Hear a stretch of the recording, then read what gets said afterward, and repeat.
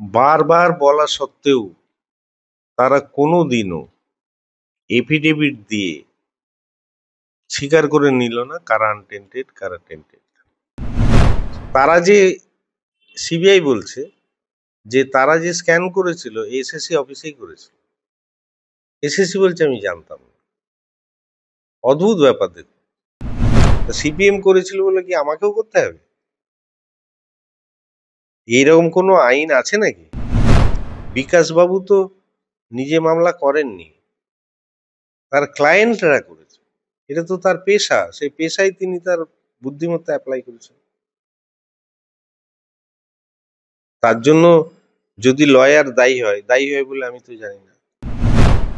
এই অন্যায় বা অবিচারগুলো যেগুলো হয়েছিল তার সঙ্গে যদি বিজেপি বা কেউ জড়িত থাকতো বা অন্য কোনো দল, ওনার তো প্রশাসন ছিল, তাই তো পানিশ করতে পারত, করেননি কেন? স্যার, আমরা অবশেষে দেখতে পেলাম যে হাইকোর্টের রায় বহাল থাকলো সুপ্রিম কোর্টে। 26,000 জনজীবন আজ রাস্তায়। এই দায় কার? কারণ কি অন্যদিকে মুখ্যমন্ত্রী তো বলছেন এই জাজমেন্ট আমি মানতে পারি না। আপনিও তো তৃণমূল জামানার প্রথম চেয়ারম্যান ছিলেন এসএসসি, কি বলবেন আপনি সে বিষয়ে? আমি যেটা বলবো, টোটাল প্রেক্ষিতটা না দেখলে ব্যাপারটা বোঝা যাবে না। কারণ জাস্টিস দেবাংশু বসাক যখন জাজমেন্টটা দিয়েছিলেন, বারে বারে এসএসসি কে বলেছিল যে আপনারা কারা টেন্টেড আর কারা আনটেন্টেড সেপারেট করুন। মামলাটা শুরু হয়েছে 22 সালের এপ্রিল মাস। বারবার বলা সত্ত্বেও তারা কোনোদিনও এফিডেভিট দিয়ে স্বীকার করে নিল না কারা আনটেন্টেড কারা টেন্টেড। তখন বাধ্য হয়ে দেবাংশু বসাকের ওই জাজমেন্ট হয়েছিল, ওনার উপায় ছিল না বলে। এবং সেই জাজমেন্টটা রিসেন্ট জাজমেন্ট ছিল।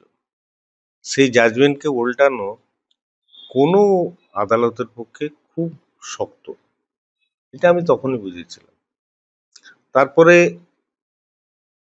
ইয়েতে চলে গেলেন, অ্যাপিলে চলে গেলেন সরকার বা স্কুল সার্ভিস কমিশন, গিয়ে তখন আগের যে চিফ জাস্টিস ছিলেন তিনি স্টে দিলেন।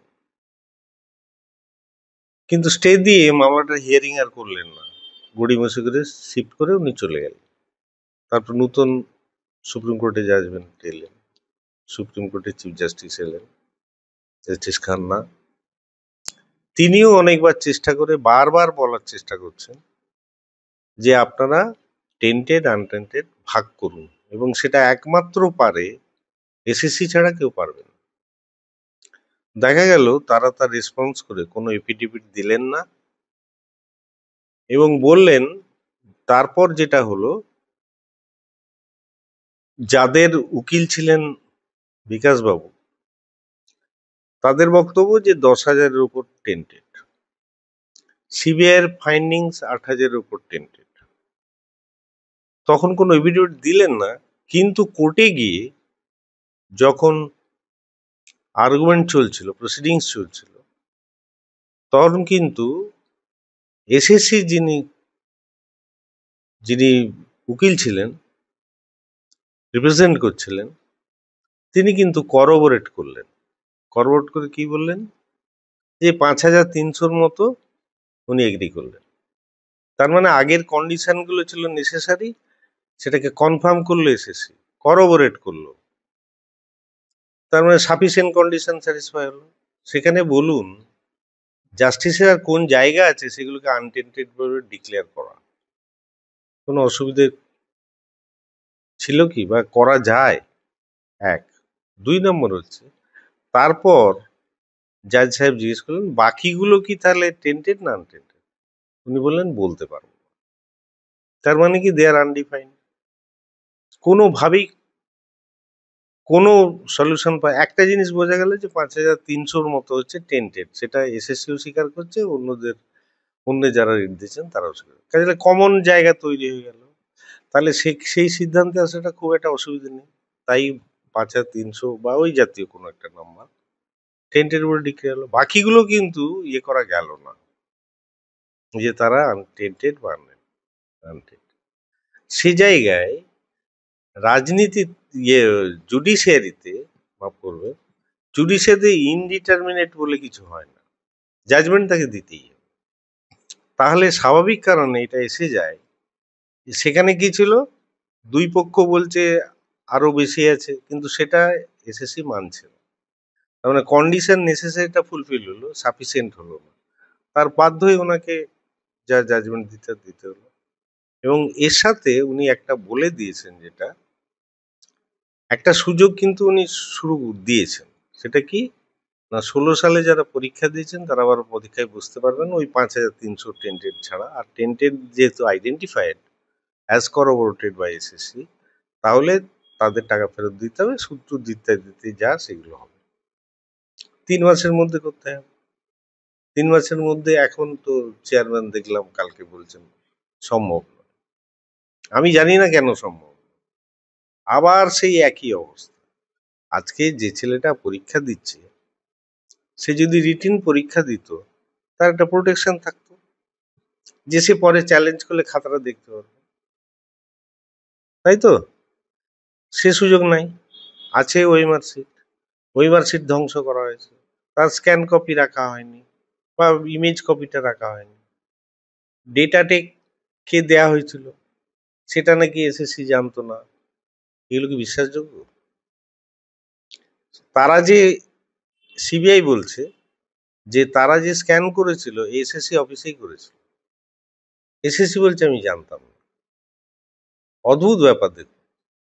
মানে এতে বোঝা যায়, এটা বলা যাক বা না যাক, ঠিক ঠিক দায়িত্বটা পালন এসএসসি করেনি, এ ব্যাপারে কোনো সন্দেহ নেই। তখন জাজ কি করবে? তার মানে কি অ্যাকচুয়ালি এটাই সরকার চেয়েছিল, যেহেতু বাল্ক হয়তো ইয়ে করবে না, এর আগে অনেক জাজমেন্ট আছে যেখানে এন মাস ক্যান্সেল করা হয়েছে, এই প্রেসিডেন্সি এখানেও করা হয়েছে। এখানে যিনি বলছেন যে আমি যোগ্য, তর্কের খাতিরে বলছে, আমি অত্যন্ত দুঃখিত যে যারা সত্যিকার কিছু তো ইয়ে ছিলই, কিন্তু তাদের কমিটমেন্টটা রাখতে গিয়ে সরকারের প্রতি তারা সেই পানিশমেন্টটা পাচ্ছে না। অনেক সময় তো একজনের দোষে আরেকজন পানিশমেন্ট পান, সেটাই হচ্ছে। তাদেরকে পরীক্ষা দিতে এছাড়া কোনো আসে বলে আমার মনে হয় না। আর তাছাড়া স্বচ্ছতা বলে তো কিছুই ছিল না। একটা ছেলে যে ওই মার্কশিটে পরীক্ষাটা দিল, সে কি দিল কি লিখলো তার কাছে কোনো কিছু আছে? অনেক কিছু করা যেত, তাকে কার্বনলেস ডুপ্লিকেট দেওয়া যেত, বা ওএমআর গুলো স্ক্যান করে ওয়েবসাইটে দিয়ে দেওয়া যেত, যে যার নিজের দেখে নিয়ে করোবরেট করতে পারত। তাহলে যে এসএসসি, যদি এসএসসি যদি অটোনমি হয়, তাহলে এসএসসির দায়িত্ব ছিল যে সরকারকে প্রোটেক্ট করা, সে যাতে করাপ্টেড চার্জ তার বিরুদ্ধে না আসে। সেটা তো সেও করেনি। কেন করেনি? তাহলে কি সে নিজে করেছে, না কেউ বাধ্য করেছে করেছে? এই জায়গাটা বুঝতে হবে, মনে মাথায় রাখতে হবে যে এটা কিন্তু সিভিল সুটের উপর জাজমেন্ট হচ্ছে, ক্রিমিনাল সুটের উপর হচ্ছে না। কাজেই এছাড়া কোনো উপায় ছিল বলে আমার মনে হয় না। এবং জাজমেন্ট যারা কোনো চাকরি ছেড়ে চলে এসছেন তারা আবার ফিরে যেতে পারবেন তাদের জায়গায়, সেই সুযোগটা আছে। 1, 2 নম্বর হচ্ছে আবার পরীক্ষা দেবেন, যারা ভালো ছেলে তারা ঠিকই পাবে, এ ব্যাপারে আমার স্থির বিশ্বাস আছে। স্যার সেই জায়গাতেই ঠিক প্রশ্ন উঠে আসছে, মুখ্যমন্ত্রী যে পরক্ষণে বৈঠক করে সেই বৈঠকে তিনি বলেন এসএসসি একটা স্বাধীন সংস্থা। মুখ্যমন্ত্রী তার ফিলিংস জানাতে পারেন যে তাদের যেন 3 মাসে পরীক্ষা নিয়ে নেওয়া হয় বা কিছু। আপনিও তো এসএসসি চেয়ারম্যান ছিলেন, এসএসসি কি সত্যিই স্বাধীন? শুনুন, আমি যদি বলি না হ্যাঁ উত্তর দেওয়া যাবে না এই প্রশ্নটা, আপনাকে ইলাবোরেট করে বলতে হবে। যেমন ধরুন, ধরে নিন এসএসসি অটোনমাস সংস্থা, তাহলে যা কিছু ইরেগুলারিটি করাপশন যা ধরা পড়েছে, সেখানে এসএসসির লোকেরাই সাজাপ্রাপ্ত হওয়ার কথা বা জেলে থাকার কথা। কিন্তু আমরা কি দেখলাম, তাহলে তো সুবিরেশ ভট্টাচার্য, কল্যাণ গাঙ্গুলি, মানিক ভট্টাচার্য এখানেই সীমিত থাকার কথা ছিল। তাহলে প্রাক্তন শিক্ষামন্ত্রী জেলে কেন? তার মানে কি ওনার সাথে কোনো এসএসসির যোগাযোগ ছিল বা কোনো ইনফ্লুয়েন্স ছিল? এই প্রশ্নটা তো করা যায় নাকি যায় না? তাহলে ফুল অটোনমি কি বলা যায়? কিন্তু এই প্রাক্তন শিক্ষামন্ত্রীর প্রসঙ্গে তো মুখ্যমন্ত্রী বললেন যে একজন দোষীকে কতবার শাস্তি দেওয়া যায়। কোথায় শাস্তি, কতবার, কোথায় কোথায় এত মাল্টিপল। দিন শুনুন, জেলে উনি তো একটা কথা বলেননি, উনি তো এমনটাই বললেন। কথা না বললেই কি শাস্তি মুকুব হয়ে যায়? আমি একটা অপরাধ করলাম, করে আমাকে জেলে রাখলাম, আমি কিছু বলছি না, তাদেরকে আমার শাস্তি হয়ে যাবে, রিমিশন হবে? সাধারণ সেন্স কি বলে? ল কিন্তু তা বলে না। চুপ থাকা বা কিছু বলা, ওগুলো তো কোনো ভ্যালু নাই। ওই স্টেটমেন্ট দেওয়া না দেওয়া একই, কোর্টের কাছে ওর কোনো ভ্যালু নেই। এর সঙ্গে মনে রাখতে হবে এভিডেন্স অ্যাক্ট বলে একটা অ্যাক্ট আছে, সেই পরিপ্রেক্ষিতটা ভাবলে এ কনক্লুশন করা যায় না। যদি কেউ করেন, করতে পারেন, নিজের দায়িত্ব করবেন, আমার বলার কি আছে? কারো স্বাধীনতা তো পাবেন না এটা আমি বলতে পারি না।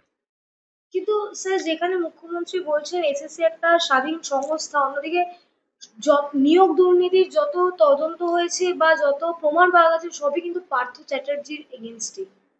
সবে সেই জন্যই তো বললাম, তাহলে অটোনমিটা যেটা দাবি করা হচ্ছে সেটা কত দূর সত্য? সত্য কি?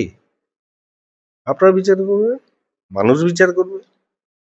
কিন্তু স্যার, সেই জায়গায় দাঁড়িয়ে এই যে 26,000 চাকরি বাতিল হলো, মুখ্যমন্ত্রী সেটা নিয়েও ঠিক কোথাও না কোথাও এই রাজনীতি করছেন, বিজেপি সিপিএম কে দোষারোপ করছেন।